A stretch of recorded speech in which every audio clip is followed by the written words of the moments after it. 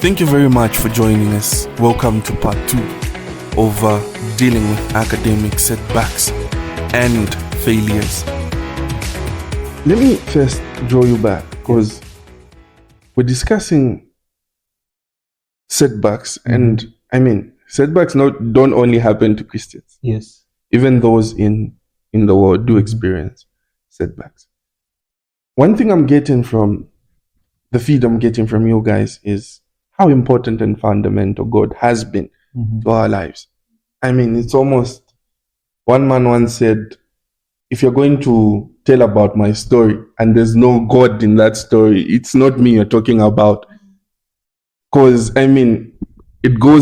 it gets to a point where I cannot even say anything about myself. I'll just say, it has been God, and that will explain it all.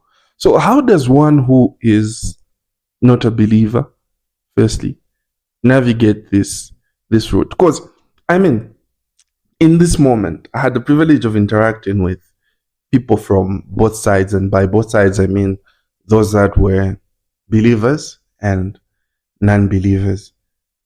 And the unfortunate part is that it seemed as though the non-believers were, navigating the tide way better than the believers themselves. Because, they could go out to party, they were drinking, they were, business as usual. For the Christians, were sort of like held back, and majority of the people that we congregate with were casting, were sort of like judging us as opposed to actually helping you navigate that time. Which takes me to another question. The people around us, and this one goes to Joy. How would you say the people that surround an individual going through this stage should handle that person? Because, it's really important. I remember in that moment, majority of my friends withdrew. Like, they were like, okay, let us wait for him to deal with whatever it is that he has going on, demons as it were. Let us wait for him to fight his demons, and then we'll sort of like pop in when everything is okay. But again, that doesn't help any bit. How do you feel? Like, how should one handle such an individual? That's such a great question, and something so pertinent to the journey of how to walk through.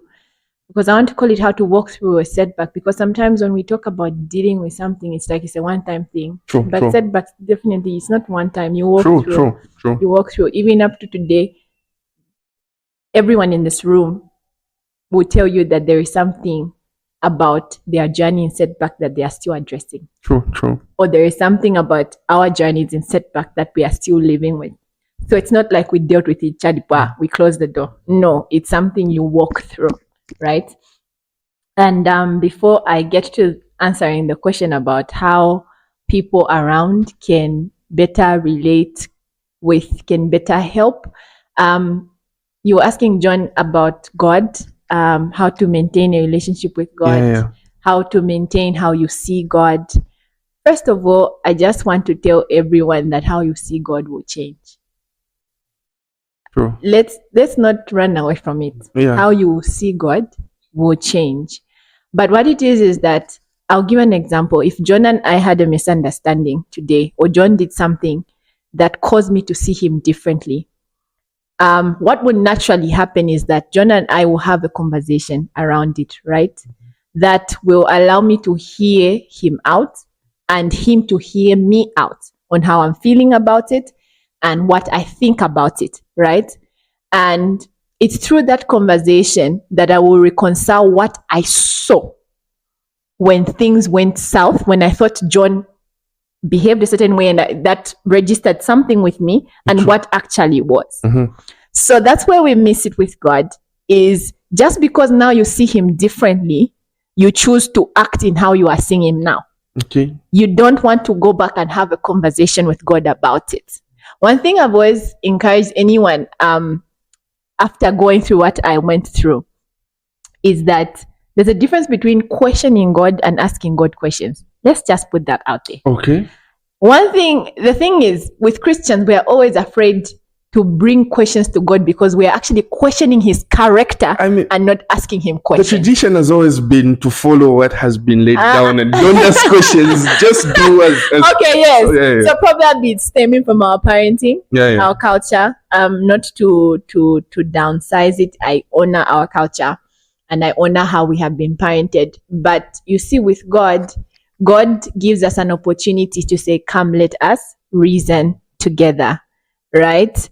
Now, the thing is, we like questioning his character. Okay. So what's the difference between the two? Okay, that's where we're going. Yeah. So the difference is that when you question God's character, it's that he tells you, I am a good father who will give good gifts, good and perfect gifts. Then when setback happens, you are like, are you even a good father? Exactly, because you promised bread, but what is this snake doing here? Exactly. So that's questioning. Yet he says that I am not a bad father, that I will not give you bread when you ask for it, right? Okay, so that's questioning his character because he says I'm good, I'm faithful.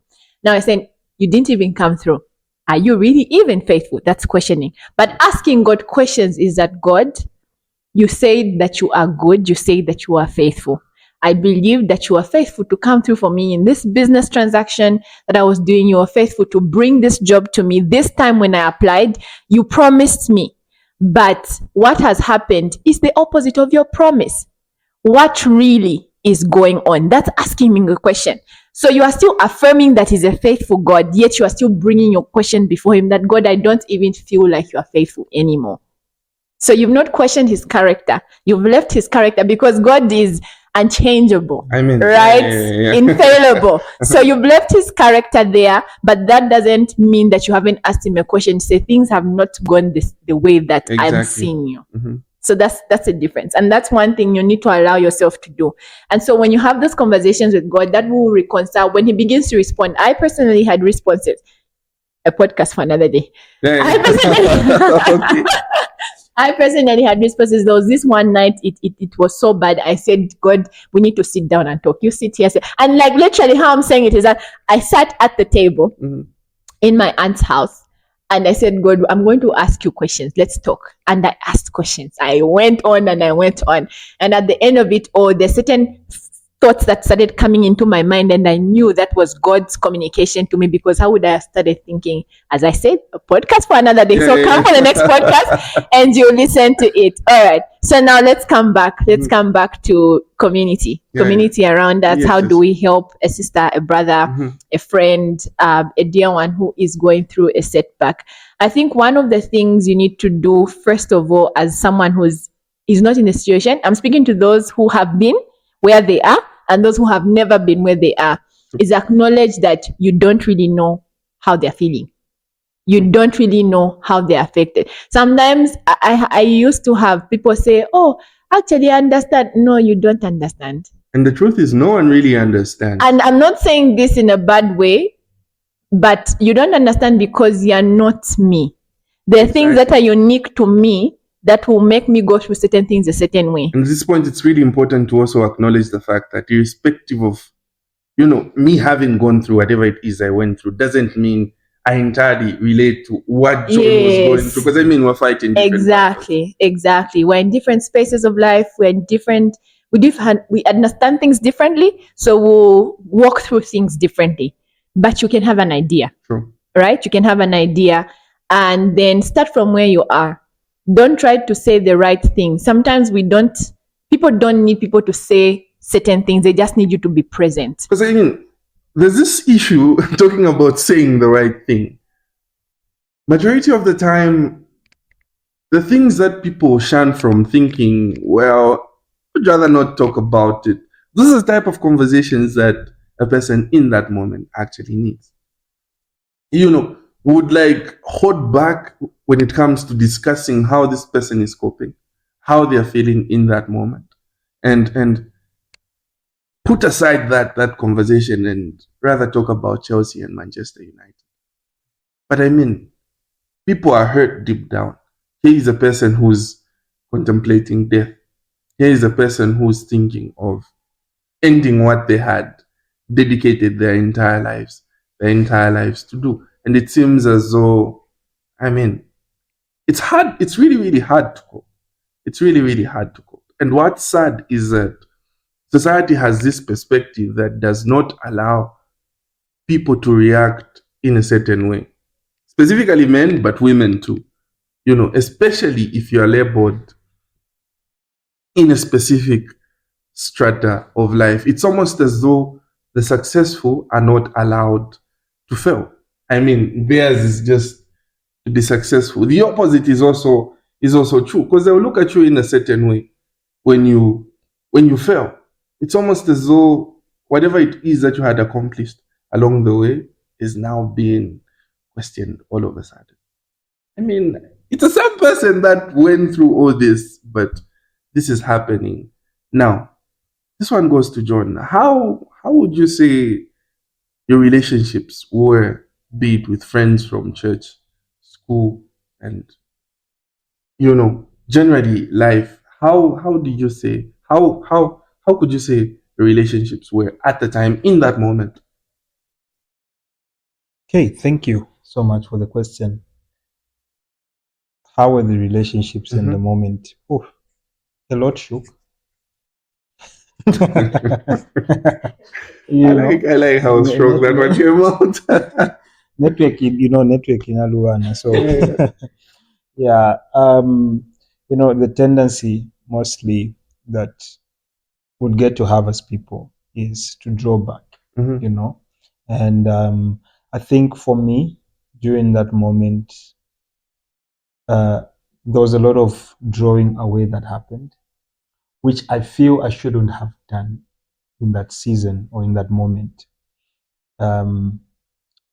Obviously, because after going through that season and also, throughout the past few years, I've gotten to realize that if you surround yourself with good people, those people can actually be of great help to you in that moment. What's the definition of good people? It's really, really important that is established. All right. And how do you identify to say, okay, this one is a good person? We're having a conversation with my friends earlier today about about friendship and people, and I mentioned something to them to say there are people in my circle whom I am indebted to for life. No matter what I try to do, I cannot repay them.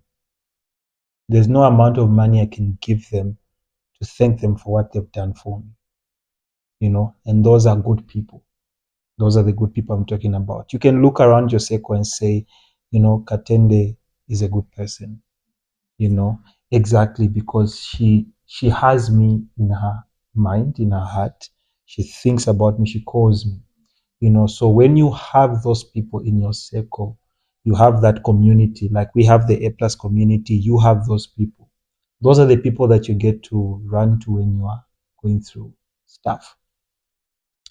It's amazing how that Jesus had 12 disciples, but also in the 12, there were rings until the inner circle and those that were a little bit further. But you get to see that there are people that were close to him, those that even experienced him during the configuration, so those were the closest among the 12. So it shows us that it's important to surround yourself with good people that have your interests at heart, because those people can actually be of help to you in that season. Right. Just to add on, good people. Good people is also someone who say, acknowledge what you're going through. I've never been through it before, and I don't know how to help you. How do you think best I can help you? That's a good person. And that's, I don't know, majority of the time people think saying they understand or, I understand what you're going through, no one can relate. They think that helps. They think that helps. But I feel, as Katende put it, it's really, really important to acknowledge that I mean, I don't know how, because more than anything else, in that moment, not even you won't know how to cope. Right? Yeah. Even you. Not even you will know how to figure it out. But then, And I think also, sorry to cut you short, Chuck. It's important also to get to ask the person that you are dealing with if they need advice, or they just need somebody to just, like Katende said, to be beside them. Because sometimes if you ask them that question, they'll sit down and think to say, because majority of the time people know what they need to do. true. They've thought through the entire academic year. They know where they made mistakes. They know why they failed, be it in business or in whatever. They know why they failed. They know the wrong things they did. So sometimes it's not really the advice that they need. Sometimes it's just somebody to just be there beside them and just listen to them and just get to listen to their frustrations, and that can actually relieve people and give them the energy to go, to go back So more of a again. listening ear than talking Yeah. about it. So asking them a question, if you are, you are listening to this podcast and you have somebody who is going through a very tough time, in their academics or in business or in whatever, sit them down and just ask them a question to say, what do you need from me? Do you need somebody? Do you need advice, or do you need somebody who can just, give you emotional support to just be there? I think that can go a long way. True. And talking about people, for me personally, I came across one person who suggested counseling. And I don't know. For me personally, I don't know about you guys, but that didn't work for me. Because I felt like I was seated in front of a person who was just being paid to do a job. And me in that moment, I was the job. There's really no emotion attached to it, because this is just a person who has a degree. I think I need to talk to that counselor. Being a counselor, I need to talk to them. Okay, yeah. Okay, yeah, it felt like that. This it's I'm just talking to this person who's just qualified for it. They don't understand what I'm going through. And it's almost as though they're just trained to respond in a certain way and react in a certain way. So it's really, really important to have people who are close to you, people who actually understand the things that work for you. These are the people that will like help you through it all, because it's hard. Yeah. And we're talking about good people, right? Yeah. And obviously, these are people that know you, and they don't, we can't say they know your potential, they understand your full potential. But of course, for them to stick around to be with you, they know that you are capable of certain things, and they, perceive you. Because whenever I look at my friends, I usually see them for who they could be. I look at them now and who they could be, the potential that they have. So if you have such people who see you for that, they'll tell you to say, actually, this is just, it's a phase that you're going through. There's so much in you, and sometimes you need to hear that, because you can forget it. Yeah, true, You can forget in the moment that, oh, actually, you came with 6 points. And it's not easy. Yeah. Obviously, you came with 12 points, 15 points, whatever. But the point really is that you are selected amongst many. Exactly. Yeah. Exactly. Not to say that the 6 points that you have define, your level of intelligence or whatnot. But what we're trying to say is simply that, they know your history and they know what you're capable Yeah, of. true. And they can be able to, they have your best interest at heart, and then, they can be those people that can, keep you going in the moment or in the season that you are in. And for me personally, I had friends who, some of them had gone through what I had gone through, and others had not gone through, and I think I should also mention this, because sometimes, because we've gone through certain things or a failure, sometimes we can be tempted to feel like we know how to handle it, Yeah, we True. can be tempted to say, okay, I think I know what you need to do. And one of the things that we've been talking about in the podcast is that people are different, and every experience is different. Yeah. Yeah. So even when you are advising or having a conversation with that person, don't go to them as somebody who is superior, who knows how to, deal with this and this and this and this, because people are different and they could have failed for something that is very different. The reason they would have failed could be different from the reason. Yeah. So And the way we handle, exactly. failures, generally different situations in life is it differs from person to person. How I would react to something and how, for say, John would react to something is entirely different in that moment. Talking about the moment, how then do you get yourself up? Because, having failed. All right, Chuck. Sorry. Let me ask this question before Yes. we can come to that Yes. one. So I know we're talking about academic setback, failure in terms of performance. Yeah. But of course, I feel we also need to talk about setbacks in terms of, say, for instance, finance. True. Which can also be a very huge academic setback. Like, how do we deal with a financial academic Setback. setback? True. Yeah, because sometimes people will have the brains, but they don't have the finances. How do we deal with that? I feel for that one, I don't know if I would call this a privilege but yeah, I had interacted with a number of, I do know a number of my colleagues who, these are intelligent individuals, and you feel given the opportunity, they would excel in this specific area of life. But then life being life, it doesn't grant them that opportunity. But one thing I appreciate about them is that there are other avenues that they, went for, and they have been successful in those avenues. My great granddad always said, those that seek will always find, provided they continue searching. So, irrespective of how it seems right there and then, keep searching. Never give up. There's always hope for the living. As long as you're alive, there's always hope.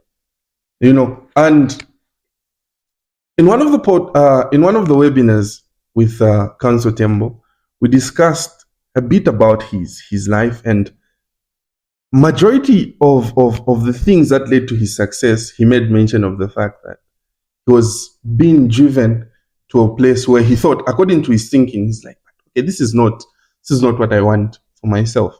But then through that path, we eventually see him getting to where he saw himself being. Okay, so it might seem as though do not have the money for this, and I want to be an engineer. Council Temple wanted to be a lawyer, but never had money for it. Oh, wow.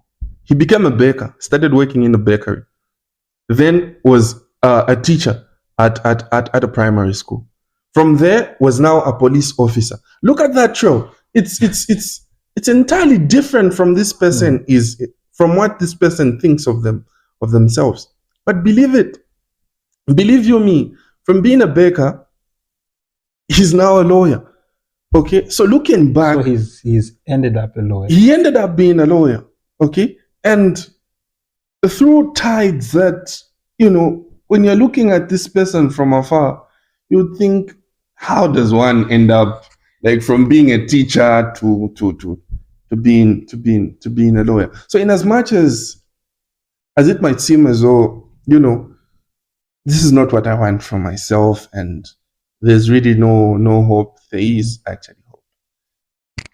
And I really love, what you've highlighted. I love the fact that you brought Council Tembo into perspective. And it gives me a question to say, let's assume he had the easy way. He wouldn't be the person He wouldn't most be definitely. the person that he is. Mm-hmm. And from the interaction we had with him on the webinar, you could tell that this is somebody who has gathered so much along the way. True. And regardless of the place that he was at in each season of his life, it has added to who and where he is now. True. And I should also say that I think, had it not been for some of the setbacks that I have had in my life, we wouldn't be here talking about the A+ Student Foundation. True. Because some of the things that I have gathered in terms of my perspective about life has been through the setbacks. Wow. Okay. And I think I mentioned also in the magazine that we released that God speaks, in the midst of your setbacks. And that is when he speaks the most. Because when you hit rock bottom, you actually have a higher chance of getting higher. So, because there's no way, you're already at the bottom. It's not as if you have any other option but to go up. Exactly. So sometimes it could be that you're going through that setback because God wants to teach you something, and he wants you to gather something or increase your capacity for something that he wants you to handle, in the future. So it goes back to what Katende was saying, to say asking God the right questions. Is that right? Yeah, asking God the right questions. And not judging his character. What are you teaching me? It's a very hard question, to ask, because it's like your mother's got, she calls you and she gets asleep and whips you. And then you go back and ask, so what lesson am I supposed to get? So like, what were you teaching me, But most of the times we'd go outside and cry and my mom hates me, she's this, she's that. But in our whipping you, there's a lesson. Mm-hmm. And I think that's something that we need to be able to understand. And if you can do that in that season of your setback, mm-hmm. You come out stronger, and you get to, your eyes get open. And that's what we said, that, failures, you can successfully navigate through failures, and that changes your life completely. It does. Because it's different from a person who's moving, Yeah, smoothly. You don't walk through the storm and end up being the same person. So there could be a lesson in the setback. So how do you identify this lesson? Because at this point, it's a lot of people put this across, and I remember from my experience personally, I don't know if it's the fact that I've listened to a lot of people speak or I've talked to a lot of people, but majority of the things that people would run by you sound like what every other person would say.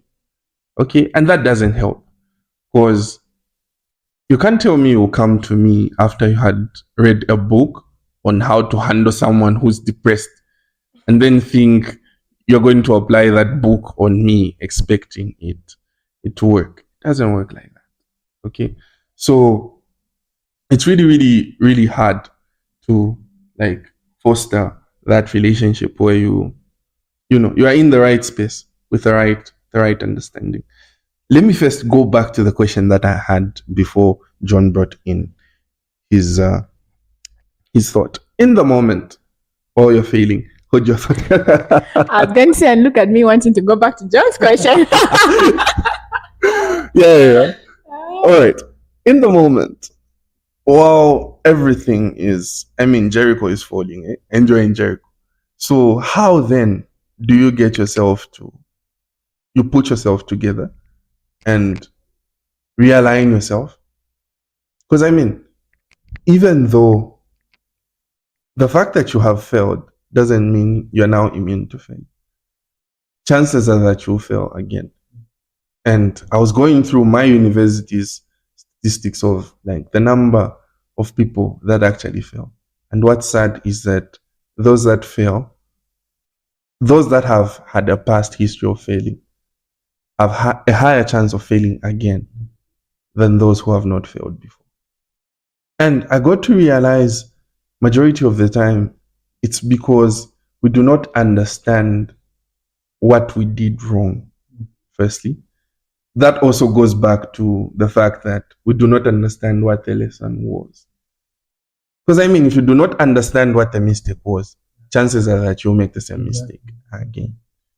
So how then do you identify what that lesson is? And once you have identified what that lesson is, how do you align yourself, put yourself together, get back on track to correct the wrongs that you made previously, provided you realize what they are, and then work towards success? First of all, the track should be different. Okay. The one you're putting yourself back on, not on the same one. Okay. Because you got the same place, right? Yeah. Change routes. I think yes. Okay, so how do you identify the lesson? Give yourself grace, first of all, because there's so much pressure to know what was wrong. Mm-hmm. And sometimes, especially when it just happens, because of the emotional side of it, it blurs your sight, right? It blurs you from actually seeing what was wrong. But, well, as most people know me, and truly, to myself, Mm-hmm. I am big on questions. It starts with questions. Yeah. What are you asking yourself? Okay. But you need to ask yourself the necessary questions. Mm-hmm. All right. Acknowledging where you're at, then asking yourself, how did you get there? Mm-hmm. What did you do along the way? Even the right things. That's the thing about asking yourself questions.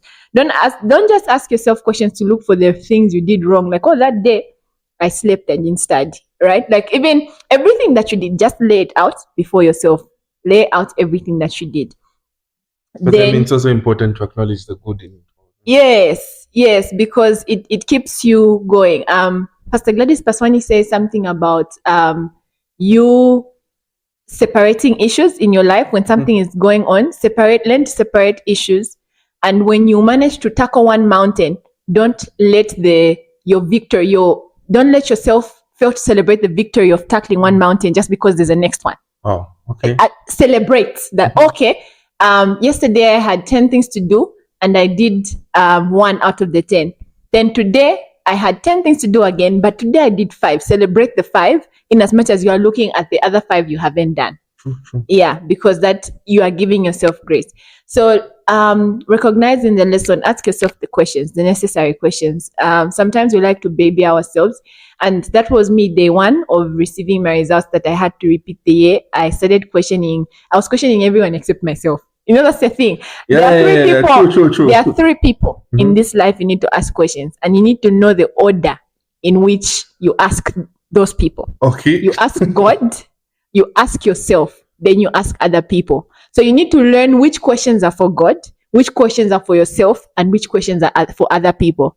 Lest you find yourself asking God the questions you're supposed to be asking other people, or asking yourself the questions you're supposed to be asking God, hence you'll fail.